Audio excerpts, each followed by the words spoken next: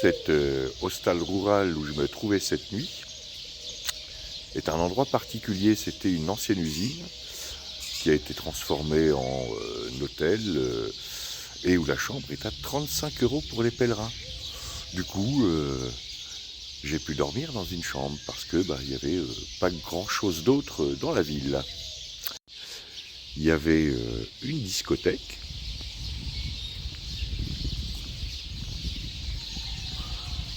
un espèce de café-bar, l'hôtel ici,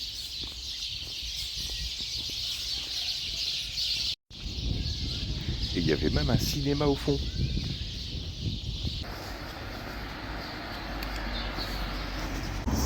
C'est parti pour 24 km jusqu'à Safra, dans la brume.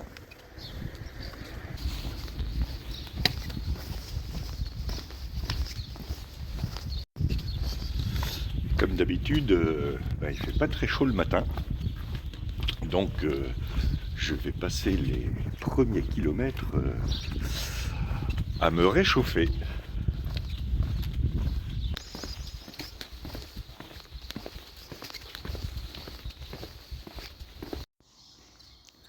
J'aime bien ces rues bordées d'orangers.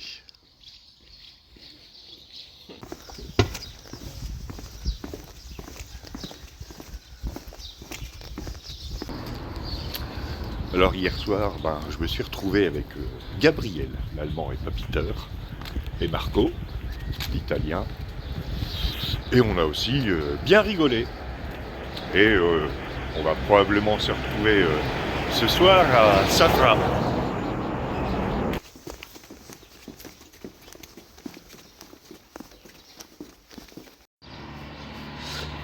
Je vais quitter Fuente de Cantos sous le regard de cette sauterelle.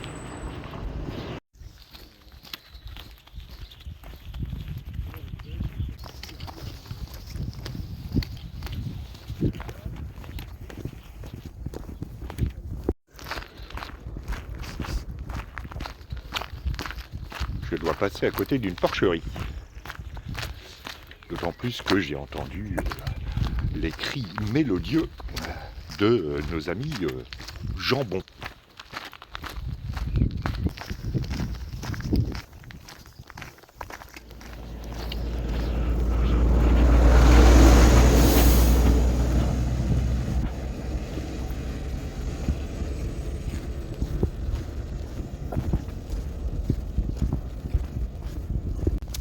Ça circule quand même pas mal sur cette route, enfin ce chemin.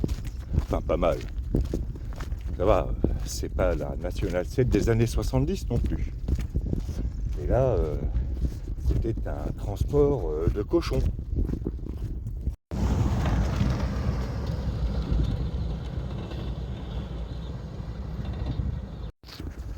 Et là, c'était un transport d'aliments pour cochons.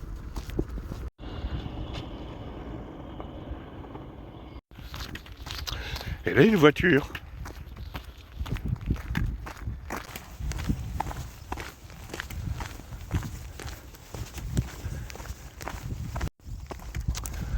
On est loin de l'image d'Épinal des cochons qui mangent des glands à l'air libre sous les chênes.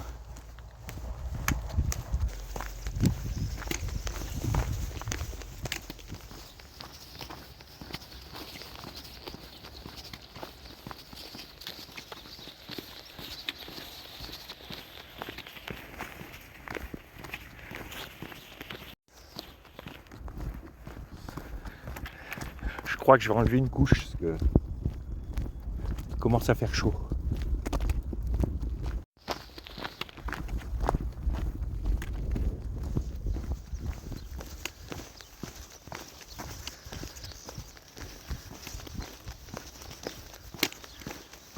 Je devrais approcher de Calzadilla de los Barros, qui en gros signifie chemin debout. Bon là aujourd'hui il fait sec, mais hier c'était assez boueux.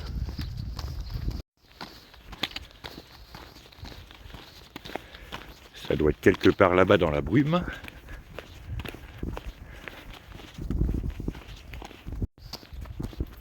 Et comme j'ai bien avancé jusqu'ici, faut dire que c'était très roulant. Je crois que je vais m'offrir un second petit déjeuner. Même s'il est un peu tôt, mais les 14 km suivants, il n'y a rien. Donc je vais prendre un peu d'avance.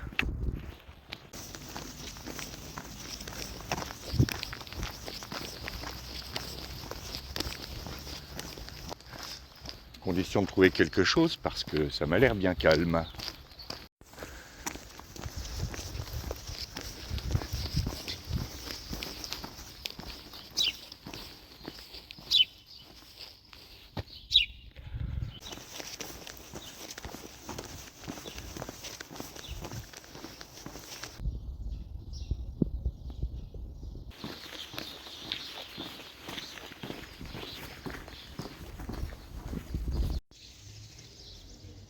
Pas un bar d'ouvert. Moi je suis déçu.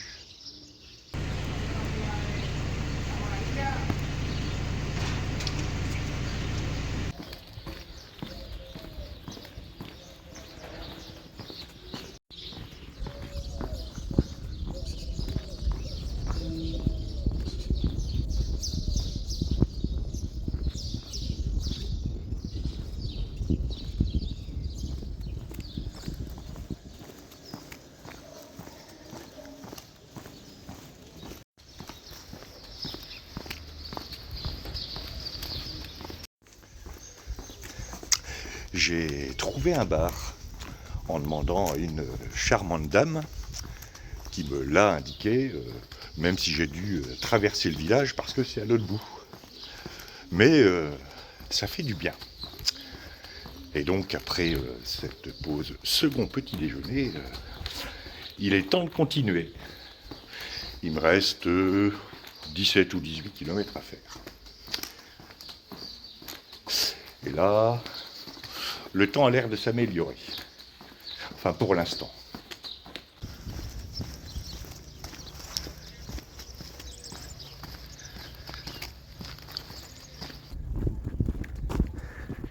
Et je vais reprendre ces chemins de terre bordés de porcheries industrielles comme ici.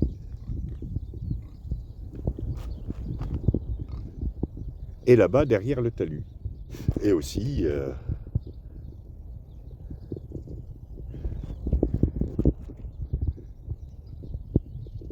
et ici et aussi au fond. Salut les gars. Ah ben bravo. Ah ben bravo.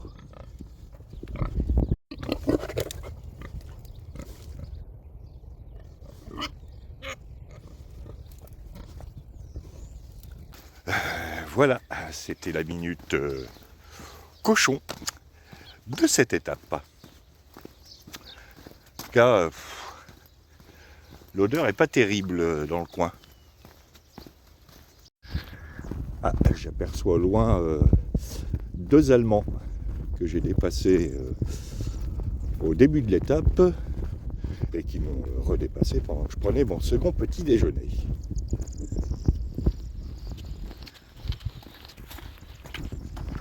Rectification, ça doit être les 2 Espagnols, parce que je reconnais leur guêtre. Je me demande d'ailleurs si c'est pas le père et la fille qui font le chemin ensemble. Je viens de faire quelques centaines de mètres en compagnie des 2 Espagnols. C'est la 8e fois qu'ils font le chemin. Alors pas celui-là, mais un des chemins de Compostelle.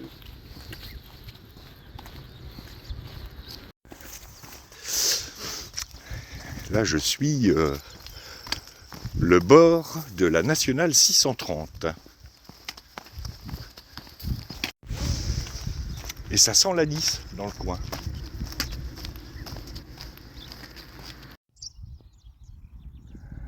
Gladolius italicus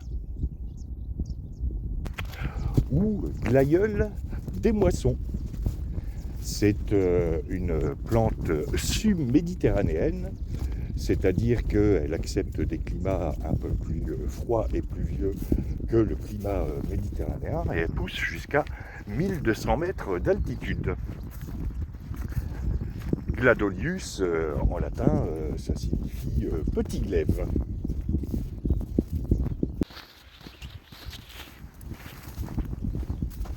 Voilà, c'était la minute fleur de cette étape.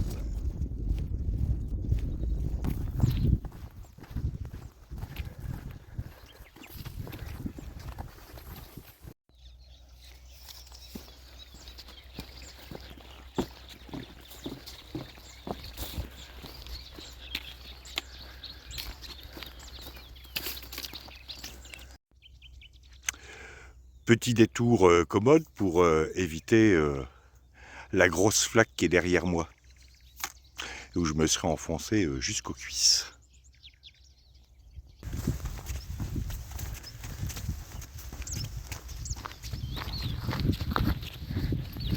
Je passe à côté de vignes de plus en plus souvent.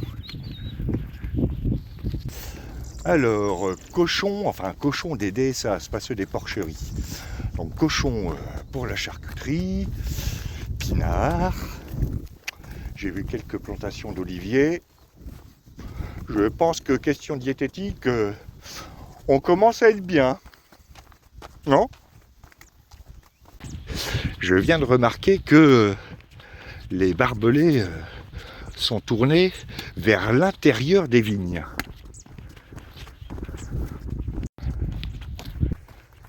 Pourquoi l'intérieur des vignes? C'est pour empêcher les raisins de s'échapper? Incroyable.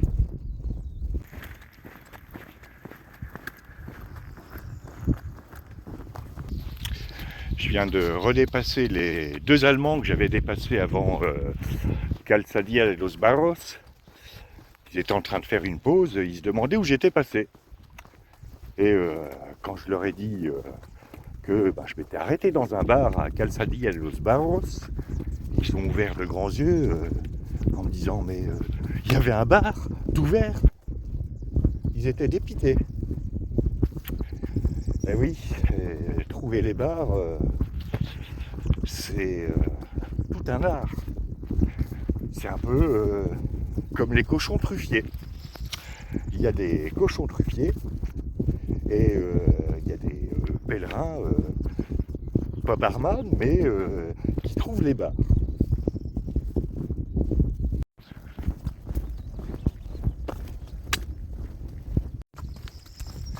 Oui, je devine que certains et certaines d'entre vous diront des pèlerins barrés. Peut-être un petit peu. Ah, j'espère que je vais pas me mouiller les pieds. Si, un petit peu. Ça rafraîchit. Allez, petite pause barre de céréales. Ici, ça me paraît bien.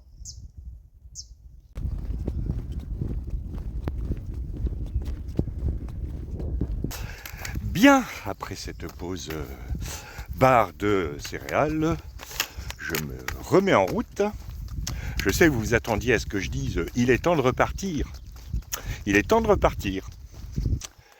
Et il me reste peut-être un peu moins de 10 km à faire.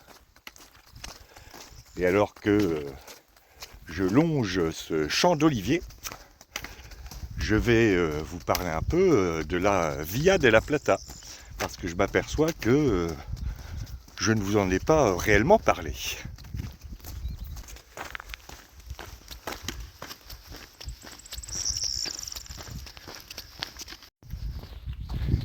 Enfin, je vous en parle une fois que j'aurai fini de monter.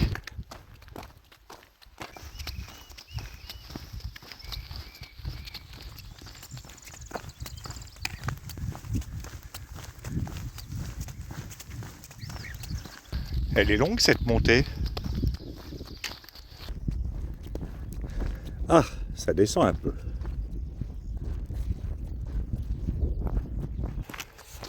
Je suis donc la Via della Plata. En tout cas jusqu'à Gran Cra de Moreruela. Ensuite je prendrai le Camino Sanabres. En espagnol, Via de la Plata signifie route de l'argent. Et pourtant, le chemin que je suis n'a jamais constitué une voie de communication dédiée à ce métal. En fait, il y a plusieurs hypothèses sur l'étymologie de la Via de la Plata, mais la plus communément admise est que ce serait une déformation au cours des âges du vocable arabe al-balat, voie empierrée. De al-balat à Via de la Plata, ça fait une sacrée déformation. Pourquoi voie empierrée ? Eh bien, l'itinéraire suit celui d'une ancienne voie romaine. Pratiquement, pas mètre pour mètre, mais pas très loin.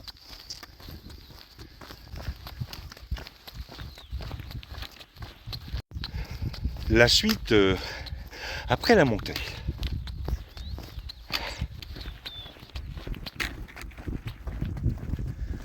Ah, ils ont encore des trains à vapeur.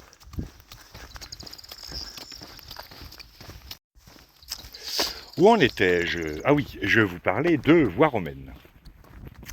En fait, l'itinéraire que je suis en train de suivre date de bien avant les Romains. C'était une voie de communication naturelle qui reliait le nord de la Meseta où je me dirige, Meseta qui est le plateau qui couvre la majeure partie de l'Espagne, et la civilisation tartésienne au sud, au niveau de la vallée du Guadalquivir, d'où je viens. Alors, personne là.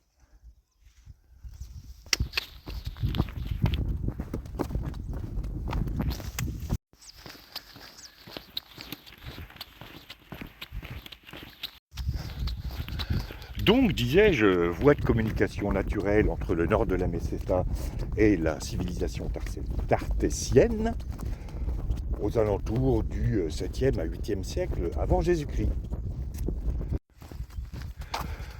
Donc 7e à 8e siècle avant Jésus-Christ, c'était bien avant que les Romains n'occupent la péninsule ibérique. La conquête de l'Hispanie par les Romains interviendra grosso modo entre moins 200 et moins 19 avant Jésus-Christ. Conquête intimement liée aux guerres puniques qui opposèrent Romains et Carthaginois.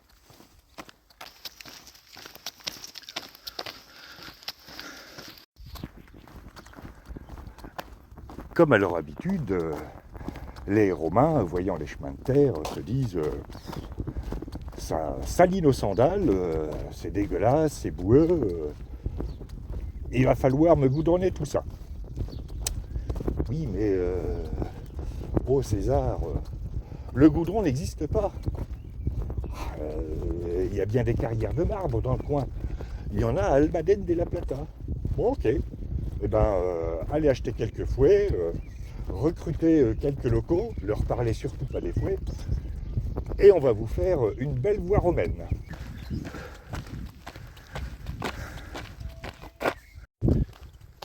Bon, ça ne s'est peut-être pas passé tout à fait comme ça, mais pas loin quand même, non ? Toujours est-il que les Romains réalisent une voie romaine entre Asturica Augusta, c'est-à-dire l'actuelle Astorga, et Augusta Emerita, c'est-à-dire Mérida, où si tout va bien, je serai dans 4 à 5 jours. Voie romaine qui va être ensuite poursuivie jusqu'à Séville.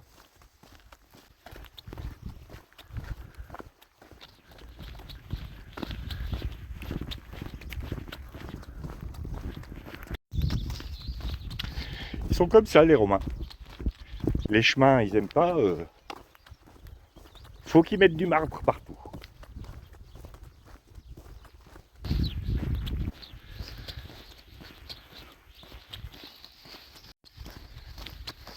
Plus tard, cette voie romaine constituera un axe de pénétration bien pratique pour les musulmans qui envahiront la péninsule ibérique, mais aussi pour les armées chrétiennes lors de la Reconquista.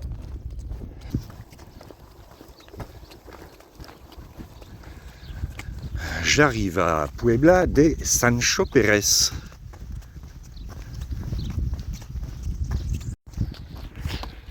qui veut dire qu'il me reste à peu près 5 km à faire, peut-être un peu moins. Je me prendrais bien un petit truc à grignoter, moi. Un troisième petit déjeuner. Enfin, une collation.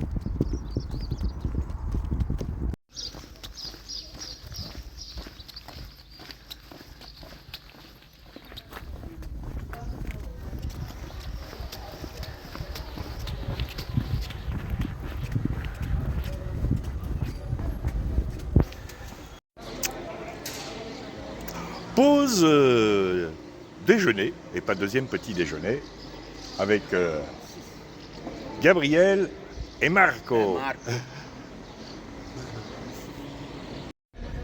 Alors ça, c'est pas un sandwich de Mickey.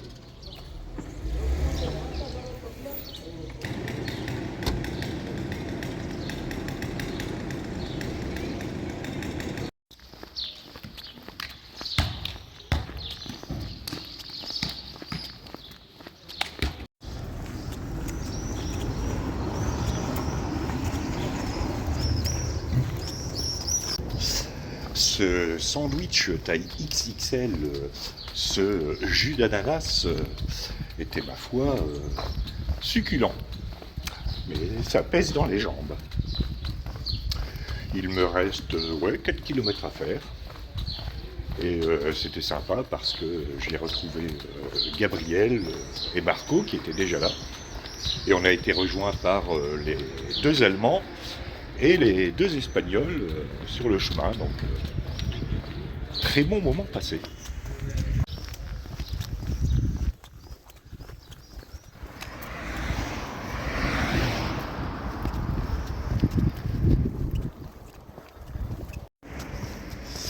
Dernière portion de cette étape le long de la route. Et il me semble apercevoir là-bas ce qui doit être l'un des clochers de Safra. Il est lourd ce sandwich.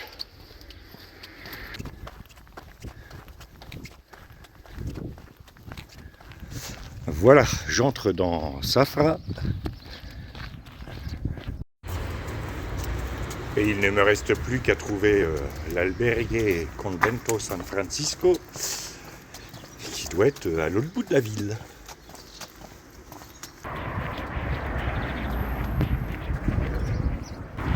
La ville est plus étendue que je ne l'imaginais. Alors là, c'est l'auberge municipale. Mais c'est pas là que je vais.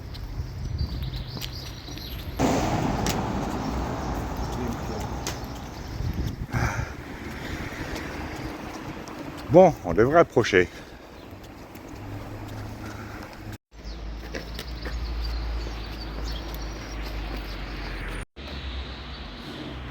Nice stage, isn't it?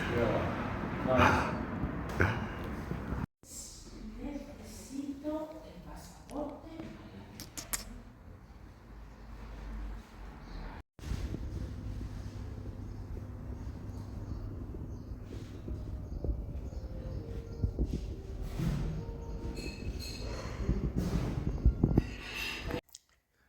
Fin de cette étape qui aura fait à peu près 26 km parce que l'auberge est à l'autre bout de la ville.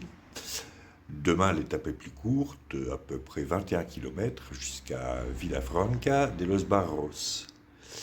Je vous dis à demain pour de nouvelles aventures.